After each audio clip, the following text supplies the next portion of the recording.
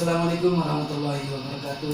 Selamat sore pendengar Radio Kacanda dimanapun Anda berada. Kembali lagi kita bertemu dalam diskusi mingguan kita ngaji budaya bersama para akademisi dan praktisi budaya.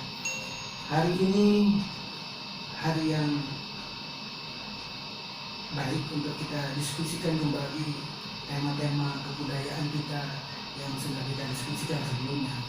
Tapi hari ini agak berbeda sedikit apa yang akan kita diskusikan. Kita akan mendiskusikan yang kita ambil dari satu cerpen Al-Asr atau Dr. Ali bin Dahlan, Rektor Universitas Unjani, tentang Dinde R. Jadi cerita ini Anda bisa baca juga langsung di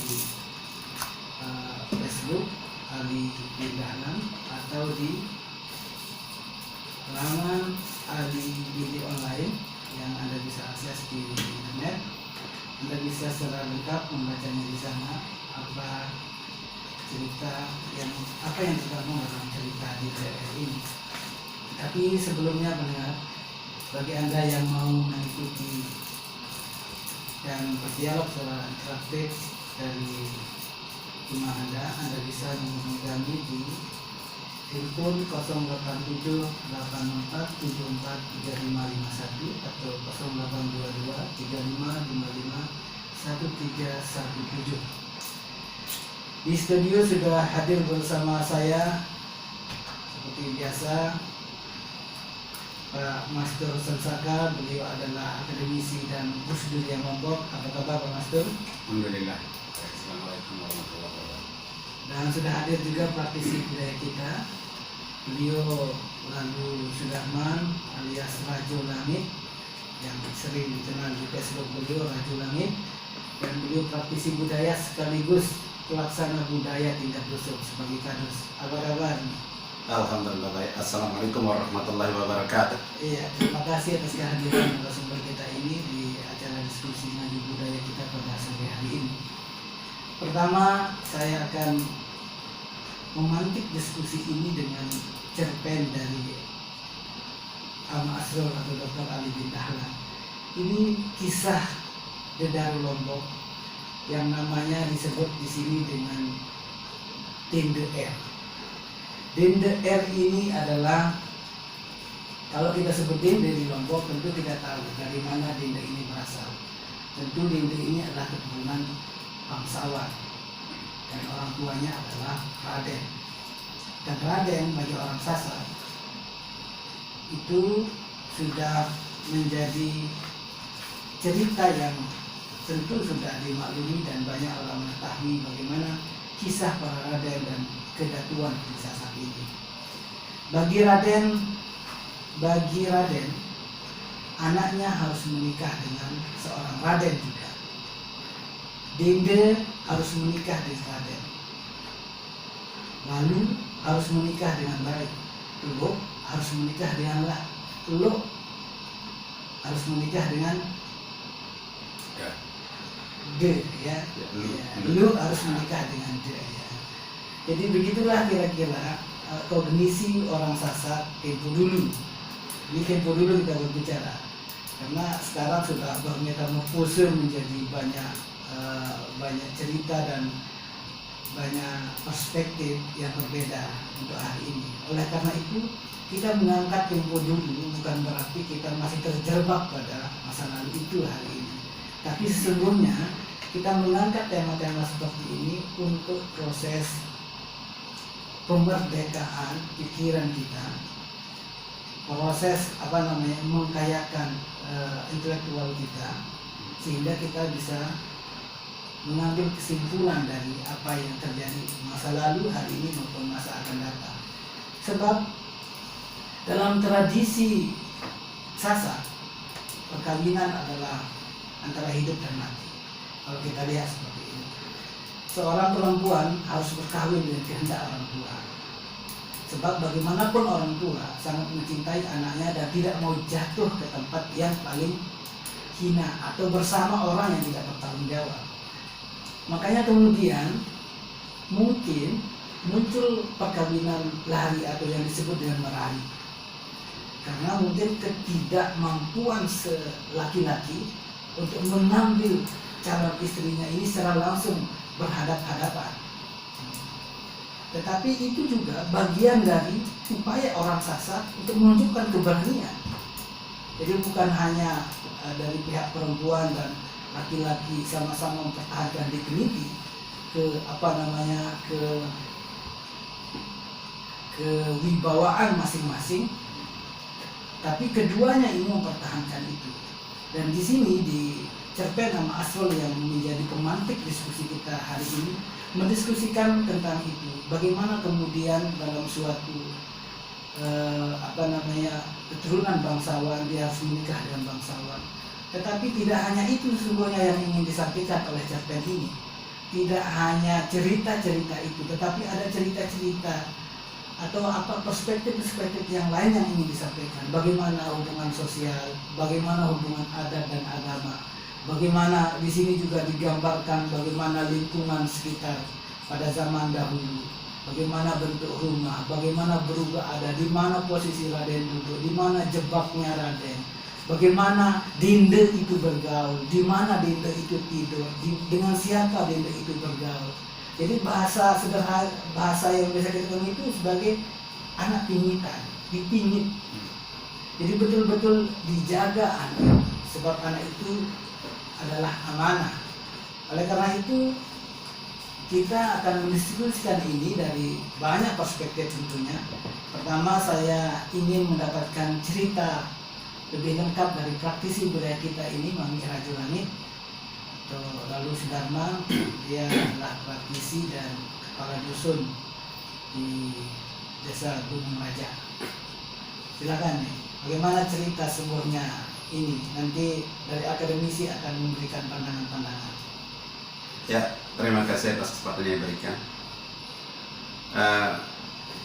Sebagai manusia bersifat manusiawi, tentu menginginkan keturunan kita itu tidak akan tercemar. Seorang bangsawan menginginkan supaya anaknya kawin dengan bangsawan. Begitu juga dengan yang lain-lainnya. Seorang pejabat misalnya tidak ingin anaknya itu kawin dengan anak RT misalnya. Orang alim juga seperti itu. Paling tidak ya dengan setara di bawahnya sedikit ya nggak apa-apa.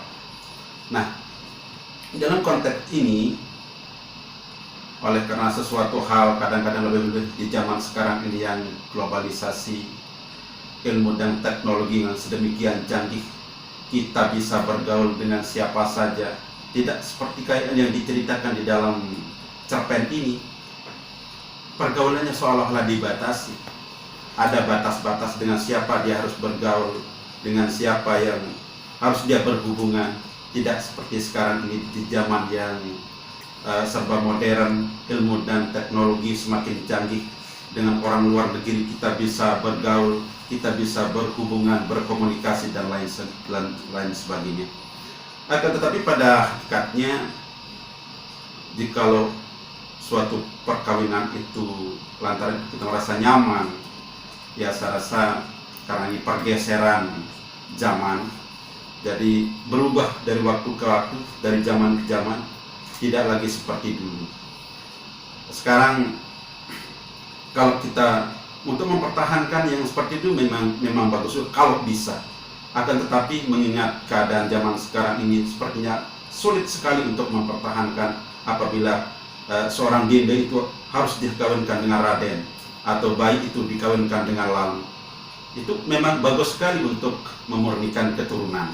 Akan tetapi seperti yang saya katakan tadi, oleh karena pergaulan, kita berkomunikasi, berhubungan dengan siapa saja, sehingga hal itu sedikit demi sedikit dari zaman ke zaman itu menyurut dia. Ya, ini mungkin sudah dibaca juga bagaimana kalau Dinde itu menikah dengan bukan Raden, jadi dibuang ke teteh, jadi dibuang menjadi tidak menjadi akui sebagai anaknya, dibuang karena itu menjadi dia tidak menikah dengan yang sama status sosialnya.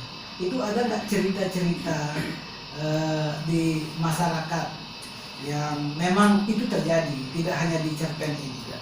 Kalau yang dulu-dulu kayaknya seperti itu. Kalau yang dulu-dulu, karena menikahkan anak perempuan dengan orang yang tidak sekufu atau di bawah bangsanya itu dianggap sesuatu yang memalukan, suatu aib.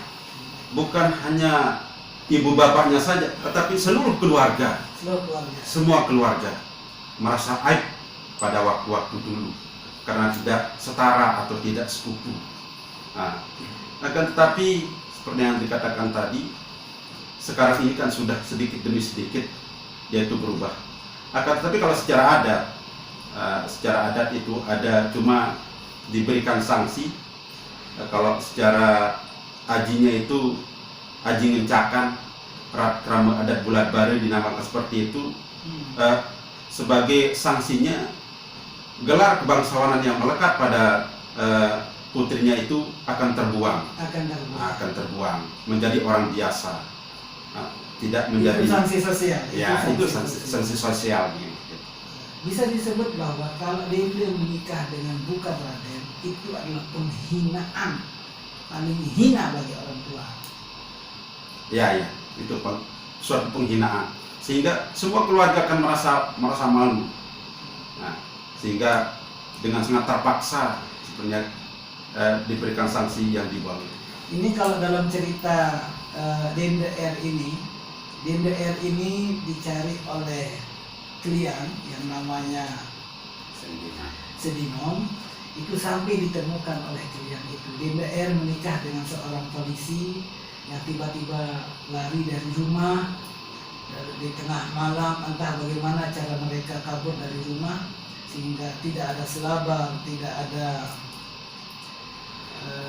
sejati yang menginformasikan kepada orang tua DDR ini.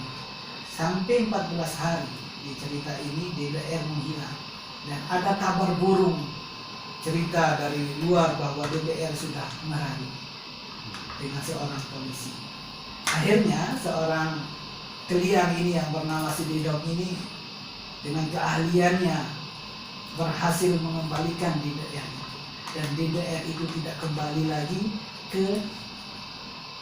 ke suaminya yang katanya sudah dinikahkan oleh di luar walinya. Jadi tetapi DDR dengan ikhlas katanya menerima keadaan itu. Oke. Sekarang bagaimana pandangan dari akademisi kita, Pak Mastur Sosata?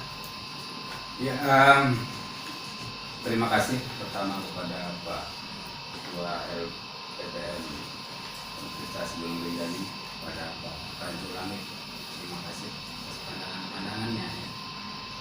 Saya kira kalau kita bicara soal merari ya sebagai sebuah adat, itu kan ada banyak sekali variannya. Kalau di Lombok ini soal kawin lari misalnya, merari disebut identik dengan Lombok. Misalnya kawin lari harus dilarikan, di beberapa daerah tidak ya.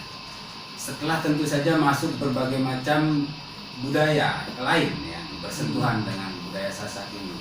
Nah, kalau kita kembali kepada cerpen tersebut, ya itu mungkin settingnya masa lalu, setting yang ingin disampaikan oleh Pak Rektor Universitas Gunung Rinjani, Pak Rektor Said Bindaran, itu adalah setting masa lalu bahwa Raden harus nikah dengan Denda, Baik harus nikah dengan Lalu Lo harus nikah dengan La, dan seterusnya itu.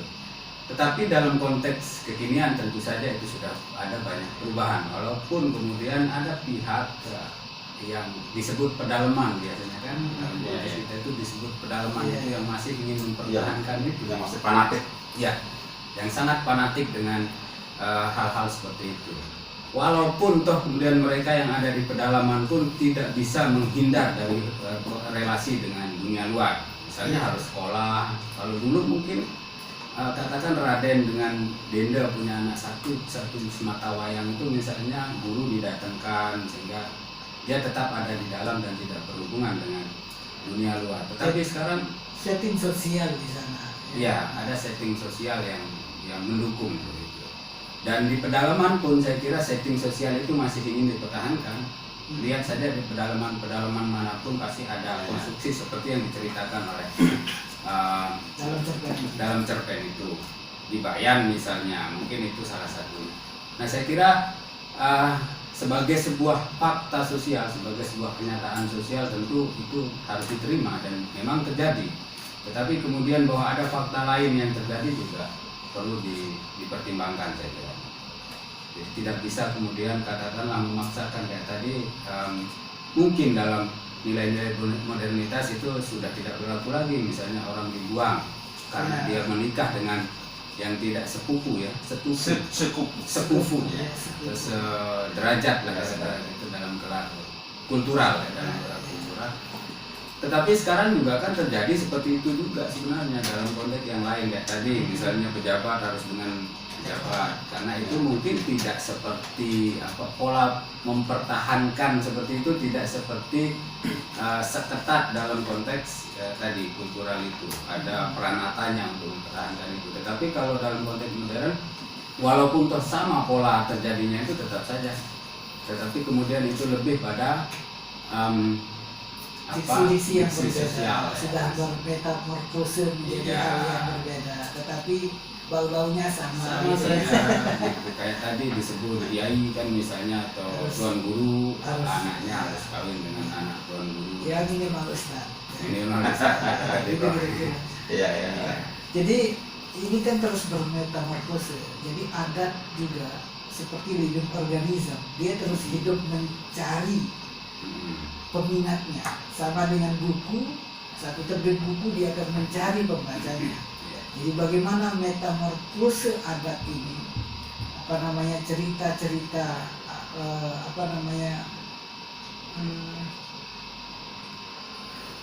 istilahnya itu kepanatikan, kepanitikan pada status sosial dan lain sebagainya sudah metamorfose menjadi hal-hal yang berbeda sekarang. Kita akan bahas setelah kita menikmati lagu berikut ini. Jadi Anda yang mau nelpon silahkan hubungi kami di 087 84 74 3551 atau di 0822 3555 1317. Lagu berikut ini akan menghibur Anda. Silahkan menikmati.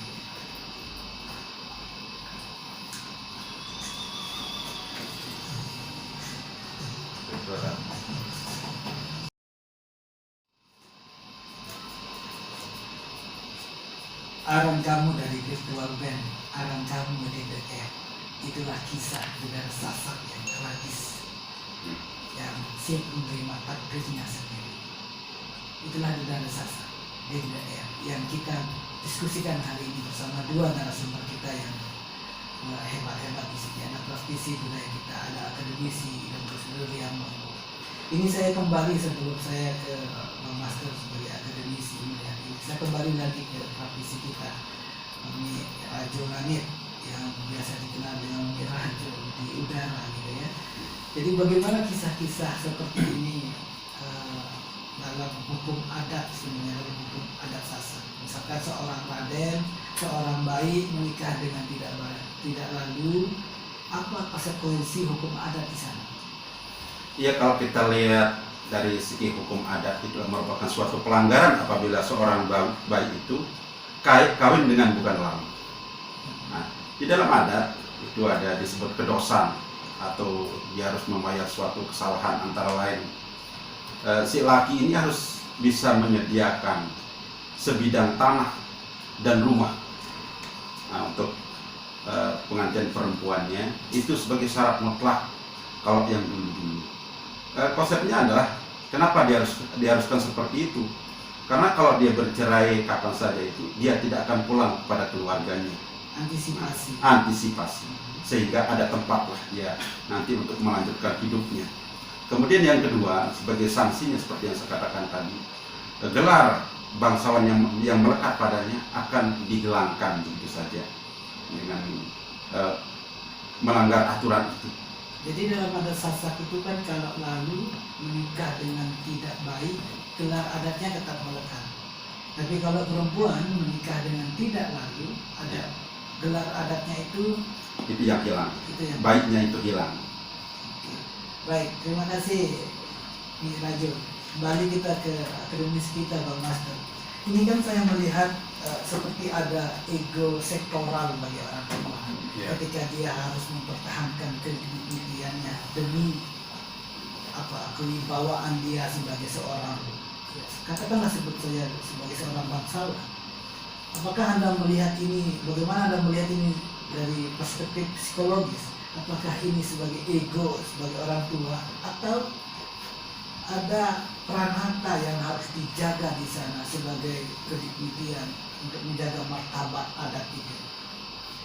Iya, secara psikologis mungkin itu bisa disebut sebagai, ini kan kita ini hidup ini tidak bisa sendiri juga, kita merepresentasikan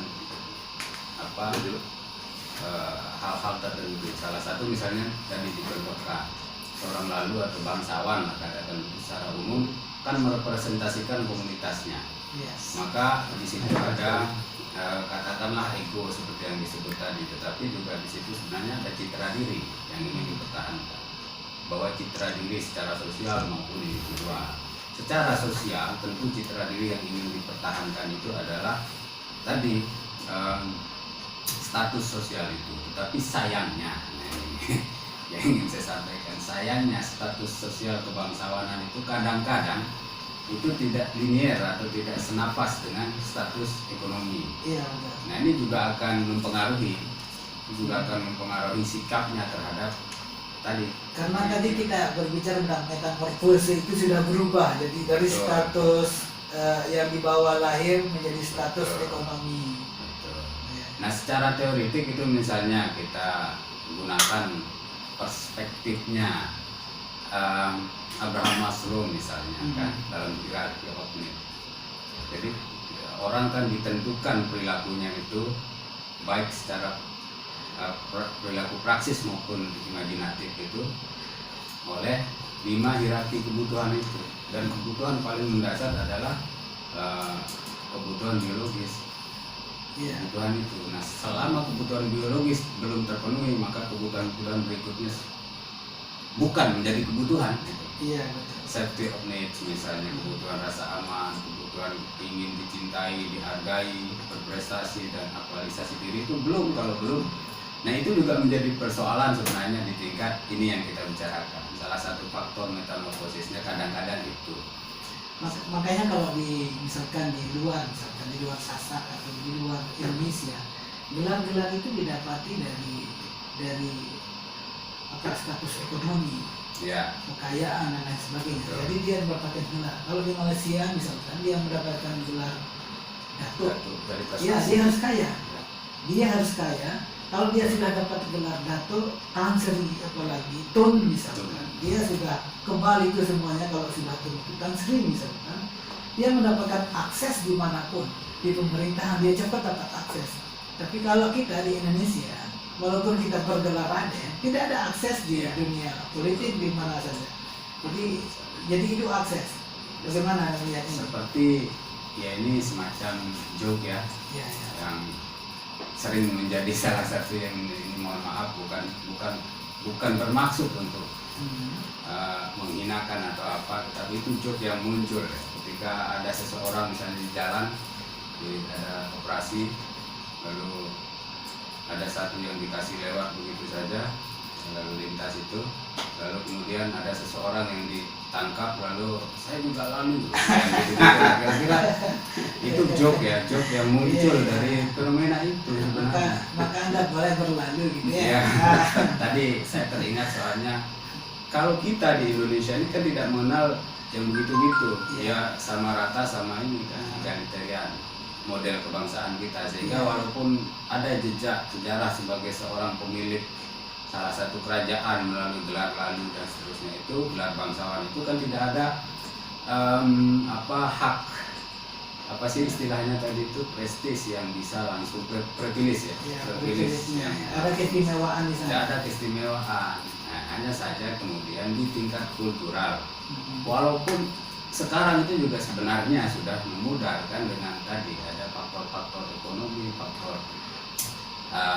agama yang Tuan Guru dan seterusnya itu kan sudah banyak dikaji orang, bagaimana kemudian pengaruh bangsawan secara sosiokultural itu berganti menjadi ulama dan seterusnya, itu kan ini sudah banyak dikaji orang. Tapi begini, saya ingin menanggapi itu tadi, ternyata memang hal-hal seperti itu juga bersifat sangat patriarkis kan. Ya. Kalau laki-laki yang bangsawan lalu perempuan tidak bangsawan tetap melekat, tapi kalau perempuan itu pergi, ini juga akan menjadi problem sebenarnya secara kajian modern gitu kan, dalam konteks kesetaraan. Padahal dalam penelitian terbaru itu kan itu alasannya di dalam masyarakat yang struktur sosialnya patriarkis itu kan bahwa keturunan atau gen itu adalah laki-laki.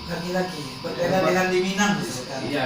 Tapi sekarang penelitian terbaru kan mengatakan justru yang paling banyak menentukan genitas itu adalah perempuan. Ibu. Itu yang saya kira mungkin perlu dikaji lebih jauh, karena mungkin gelar kultural sifatnya kalau itu, karena memang struktur sosial kita adalah patriarkis sehingga laki-laki dianggap makhluk utama, superior, dan yang menurunkan gen itu adalah dari laki-laki. Tapi dalam hukum Islam juga kan tetap mendominasikan laki-laki. Ya. Bagian harta waris misalnya dan sebagainya. Ya, betul. Dia harus bertanggung jawab. Tetapi kemudian kalau kita lihat pesan kenabian kan tidak juga lah seperti itu. Bagaimana kemudian Nabi membela kaum perempuan dan seterusnya. Nah, kalau soal-soal seperti itu saya kira metamorfosis katakan tadi yang muncul belakangan. Tetapi saya sikap secara pribadi sebetulnya mempertahankan hal-hal seperti itu juga hak bagi mereka. Lalu kemudian juga yang ingin tidak mempertahankan itu juga ya silakan, karena memang ini negara demokratis Indonesia. Lalu kemudian juga kita lihat ada banyak juga teman-teman yang bangsawan itu tidak terlalu fanatis terhadap itu, karena menyadari ada perubahan zaman di depan kita. Baik, terima kasih. Ada ini saya membaca saja penggalan cerpen dari Al-Asr Dr. Ali bin Al-Amin. Manusia sasar, baik lelaki atau perempuan, pada dasarnya bebas menentukan pilihannya untuk menikah atau beralih, bercerai, sean, atau untuk memilih tidak menikah seumur hidup. Dalam bahasa saya kata mosok. Dengan alasan apapun, tak ada orang yang akan mencampuri urusannya, termasuk kedua orang tuanya sekalipun. Tetapi kedua orang tuanya akan bertindak keras bila mana anak tersebut melanggar norma yang berlaku di kalangan mereka, di lingkungan mereka. Walaupun sekelompok orang lain lebih ramah terhadap setiap perbedaan, tetapi mereka tak akan mencampuri perbedaan itu sebagai tugas dan kewajibannya. Biarlah mereka hidup dalam perbedaan, tetapi mereka tetap menghargai perbedaan itu. Lain stok, lain jajak, lain gubuk, lain adat. Jadi hanya ada dalam masyarakat kita bahasa-bahasa sesenggak Baik, sudah ada penelpon yang masuk. Halo, dengan siapa? Assalamualaikum. Oh. Baik, kami tunggu. Jika Anda ingin menyampaikan sesuatu, silahkan kontak kami di nomor 087 864 74 3551 atau 082 2355 1317. Masih bersama dua narasumber. Ya, halo, Assalamualaikum. Dengan siapa?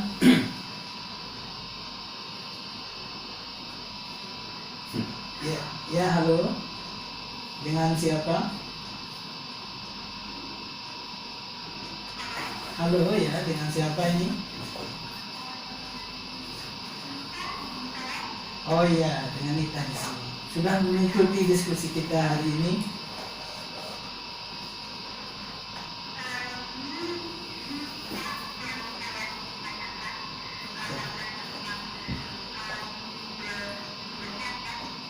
Iya.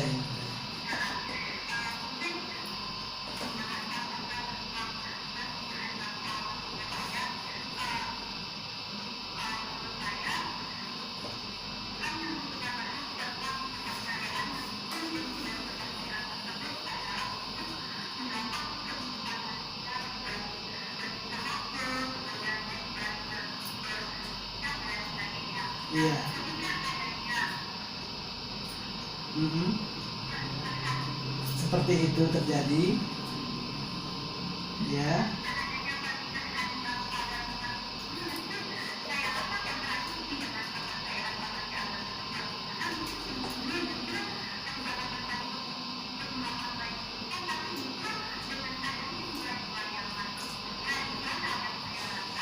Mhm.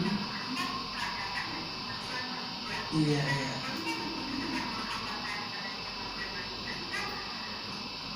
Iya.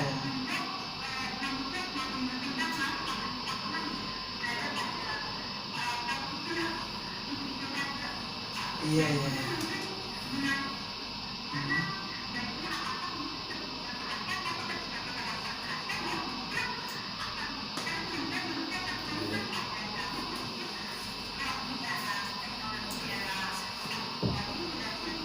Iya, tidak relevan lagi ya. Mhm.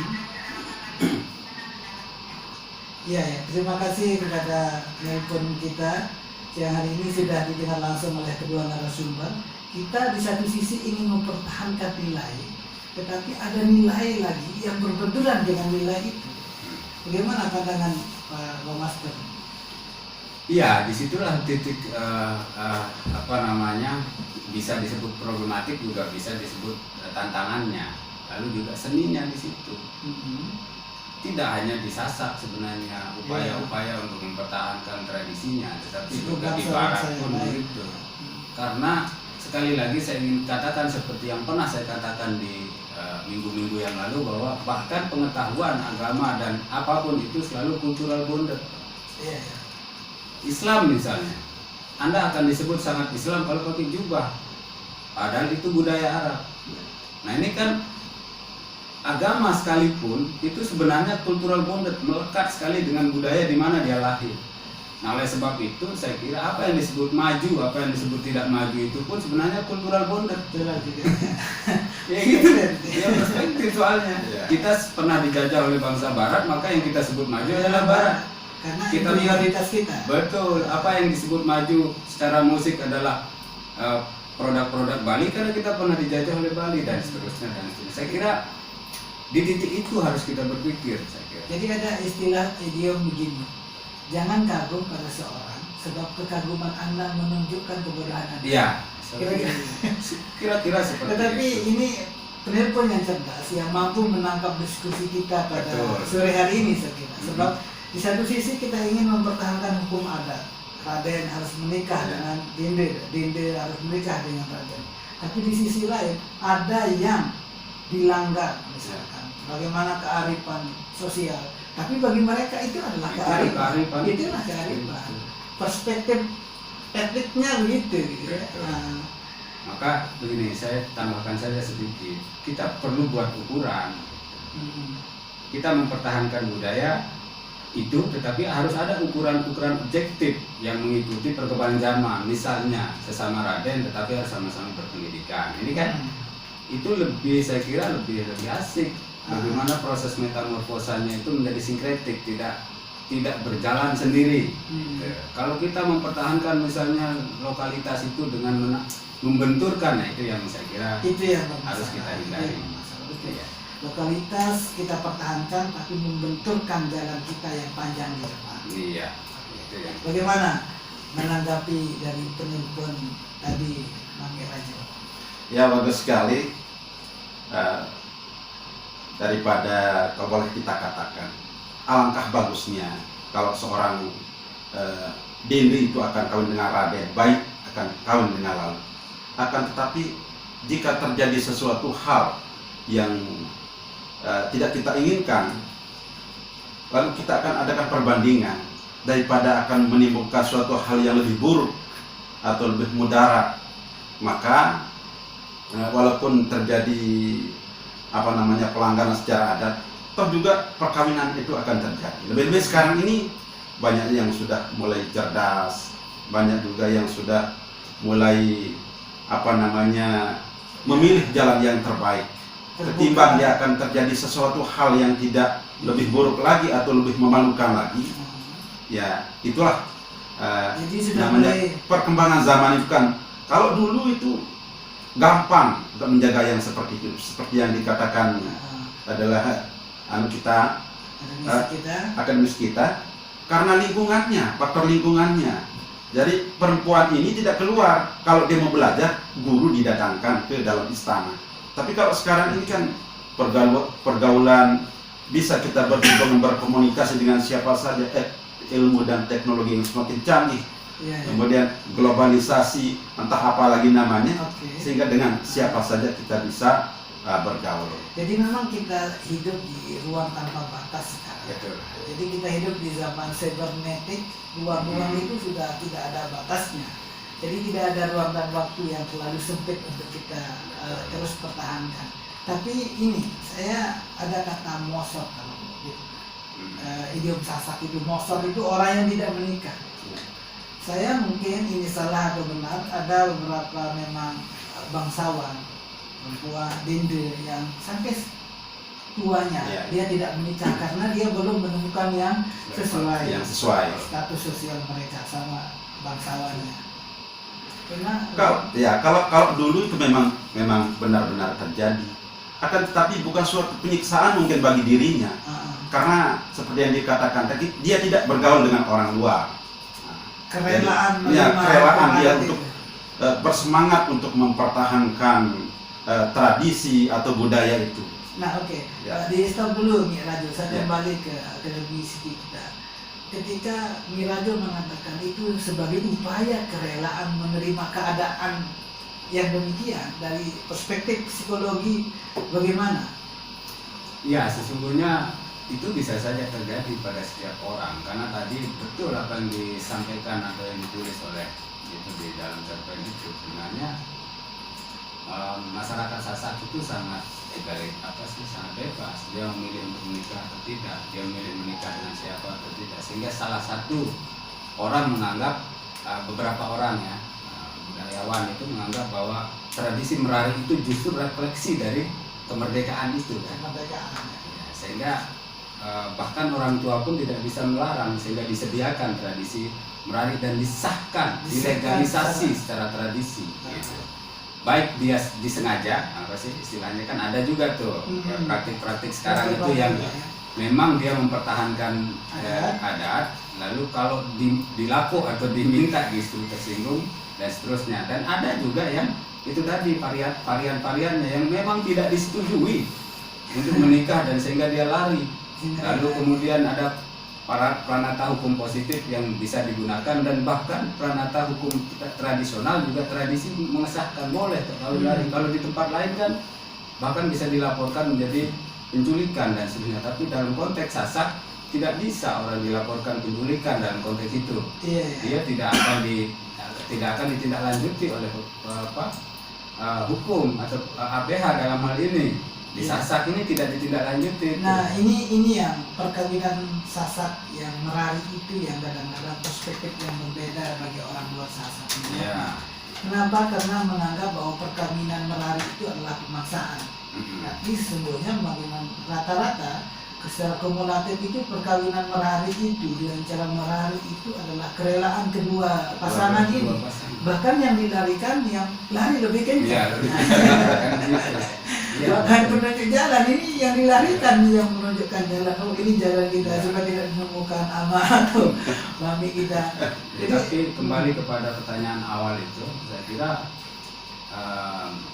dalam psikologi sekali lagi itu sah saja, mungkin terjadi, sangat mungkin terjadi orang yang ingin mempertahankan dignity kebudayaannya itu, lalu kemudian dia memilih untuk tidak menikah, itu berdasarkan kerelaan. Tidak bisa kita sebut dia juga terpaksa atau tidak, tapi tidak bisa, karena memang kenikmatan seseorang itu kan tidak bisa diobjektifikasi. Apa yang dia nikmati, apa yang menjadi kenikmatannya tidak bisa objektifikasi, itu sangat subjektif. Jadi ini saya kembali ke Mirajo. Setiap hukum adat selalu ada solusi dari adat itu. Dalam perkawinan juga seperti itu kan. Kalau dia tidak menikah dengan sesama atau sepupu itu, mereka juga sudah ada perantara adat untuk melindungi itu. Ada denda, ada apa istilahnya dalam adat itu. Jadi selalu ada solusi juga. Gimana? Kalau memang hal itu terjadi, terpaksa terjadi, bukan berarti dia boleh. artinya boleh tapi ada aturan-aturan, sanksinya. ada sanksi. Bukan berarti tidak boleh lalu kalau sudah menyatu terus dipisahkan. Tidak seperti itu. Sebenarnya kalau kita lihat di sana sanksi yang melindungi perempuan. Iya. Sanksi yang melindungi perempuan kalau kita lihat. Ya, sehingga diberikan sanksi yang diperuntukkan untuk melindungi perempuan itu. Baik, diskusi kita makin menarik, pendengar Radio Kajanta dimanapun Anda berada. Berikutnya diskusi kita nanti akan mendiskusikan tentang apakah dari pemantik cerpen R ini merupakan peristiwa budaya atau peristiwa adat atau adalah bagian fitrah dari dignity manusia tersebut. Kita akan bertanya nanti kepada akademisi yang memang juga adalah seorang psikolog dan bersama praktisi kita. Mari sama-sama kita mendengarkan satu tembang dari Datu Berayuan.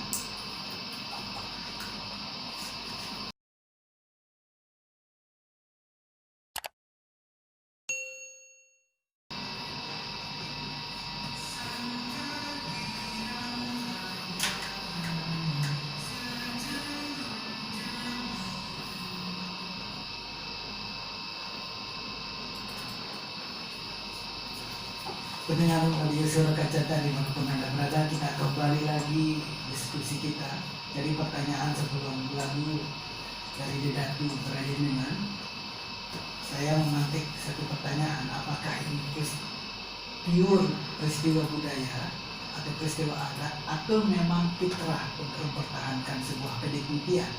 Tapi sebelum dijawab oleh Pak Master akademisi kita, saya akan membacakan paragraf terakhir dari cerita Dinda R ini. 40 tahun sudah berlalu. Dinda R kini hidup seorang diri, tinggal di rumah yang dahulu membawa banyak kenangan manis baginya.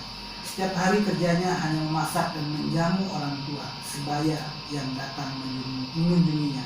Dinda R tidak menyesali hidupnya karena telah merasa menghormati orang tua, keluarga, dan adat istiadatnya. Maka ini yang saya sebut, apakah ini sebagai sebuah fitrah atau ia adalah bagian dari peristiwa budaya atau peristiwa adat yang karya cipta manusia tersebut. Bagaimana? Baik ya, saya kira apa yang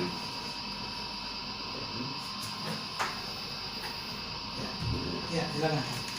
baik, terima kasih. Saya kira saya teringat dengan bukunya Tom Cinnamon Taylor ya, Indonesia People's and Stories.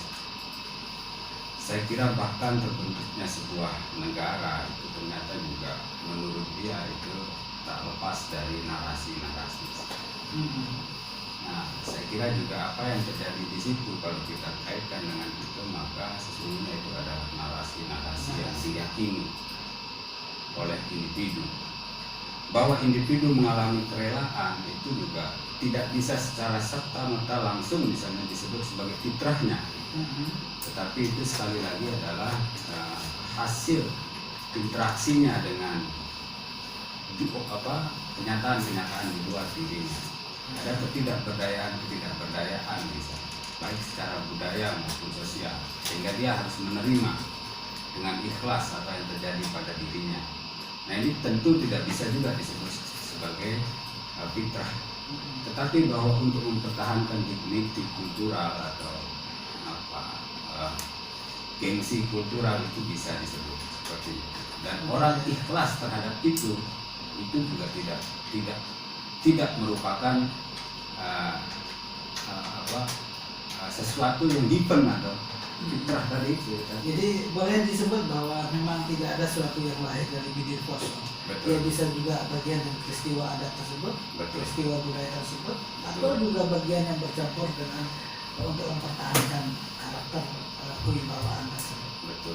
Memang, tapi kemudian ini peristiwa itu sesungguhnya kalau kita misalnya ingin membawa cerpen yang ditulis itu yang sesungguhnya sebuah imajinasi. Oke, ditahan dulu, ada penelpon kita. Oh baik. Oh ya, silakan Anda bisa menghubungi kami lagi di 087 864 74 3551 ke 082 235 55 1317. Baik, kita lanjutkan. Baik, itu bisa sebuah imajinasi masa lalu ya. Kalau kita ingin, maksud saya melihatnya sebagai sebuah kenyataan, lalu kita ingin mengkajinya sebagai sebuah objek yang nyata, maka sebetulnya nilai-nilai kultural, sosial, dan tentu saja personal di situ bisa dikaji lebih dalam seperti apa sesungguhnya konteksnya. Tetapi kita ingin lihatnya sebagai sebuah kenyataan sosial, maka itu. Baik, kita tahan dulu, kita terima penelpon. Halo, halo, dengan siapa? Waalaikumsalam warahmatullahi wabarakatuh. Ini dengan siapa? Dengan siapa? Ya, Asrul, silahkan.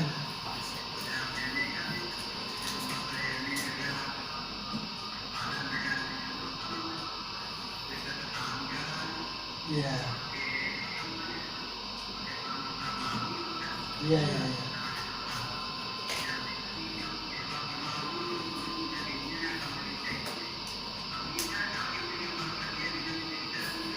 Iya, ya. Tidak sama bangsawan gitu ya. Iya.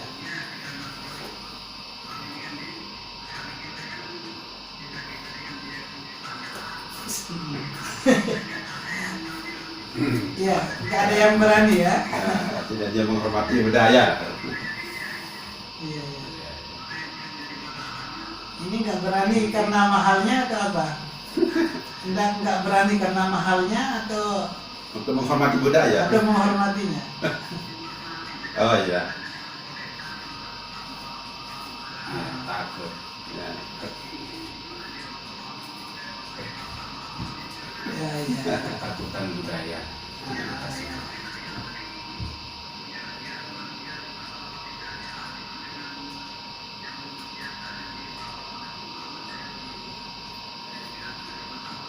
Ya. Iya, nggak boleh. Iya, iya. Ya. Ya, terima kasih Pak Asrul dari Benek.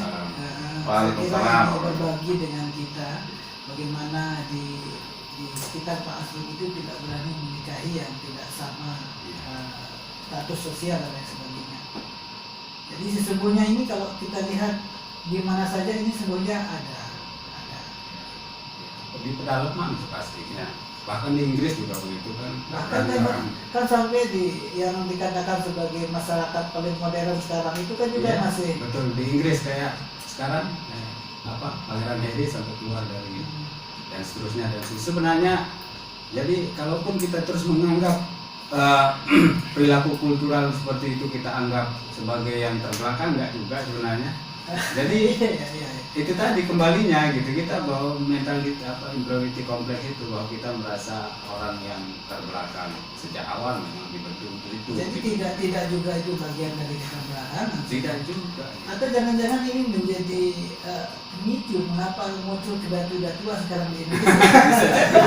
Sudah Ibaya, ada Sultan Agung Siaga. Ada king of the king. Iya, setelah King of the King ada lagi yang muncul. Iya, Bagaimana ini Raja yang sering secara praktisi setiap hari melakukan proses-proses adat seperti itu?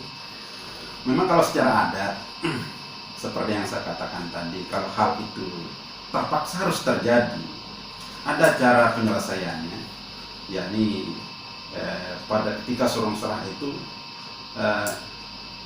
dia dia pakai rakaman bulat bari namanya, atau aji ngencakan namanya. Itu sudah sanksinya. Kalaupun dalam bentuk terpaksa. apa itu? Dalam bentuk apa aji? Aji ngencakan itu artinya gelar baiknya itu akan terlepas darinya. Kemudian ada hal-hal juga yang harus dibayarkan di masalahnya itu. Gitu. Baik, jadi sebelum kita akhiri mendengar radio pendengar di mana berada, beberapa hal yang menarik, banyak hal yang kita diskusikan tadi. Pertama, bagaimana ini bukan hanya menjadi peristiwa budaya atau peristiwa adat, tetapi itu juga bagian dari cara untuk mempertahankan ke martabatan seseorang.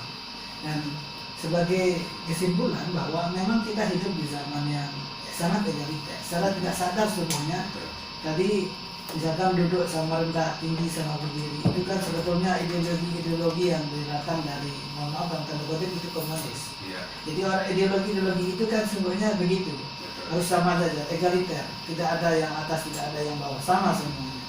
Tapi seperti yang disampaikan tadi bahwa mempertahankan adat seperti itu juga bukan dari bagian kemunduran. Contohnya sekarang di Inggris, orang justru masih sangat percaya kepada hati mereka. Atau kemudian di negara-negara barat yang kemudian sangat demokratis dan modern, juga dalam kultur-kultur tertentu mereka sangat pertahankan itu. Jangan kita yang tidak tahu. Lalu kita merasa sangat tahu, Lalu kita merasa sangat maju. Nah, ini kan kebanyakan kita begitu. Ini secara psikologis begitu. Betul. Ketika kita tidak taat pada tatanan adat itu, kita merasa bahwa kita manusia paling maju. Betul. Nah, Ya, ini- itu sering terjadi. Ini apa namanya itu? Logical policy itu.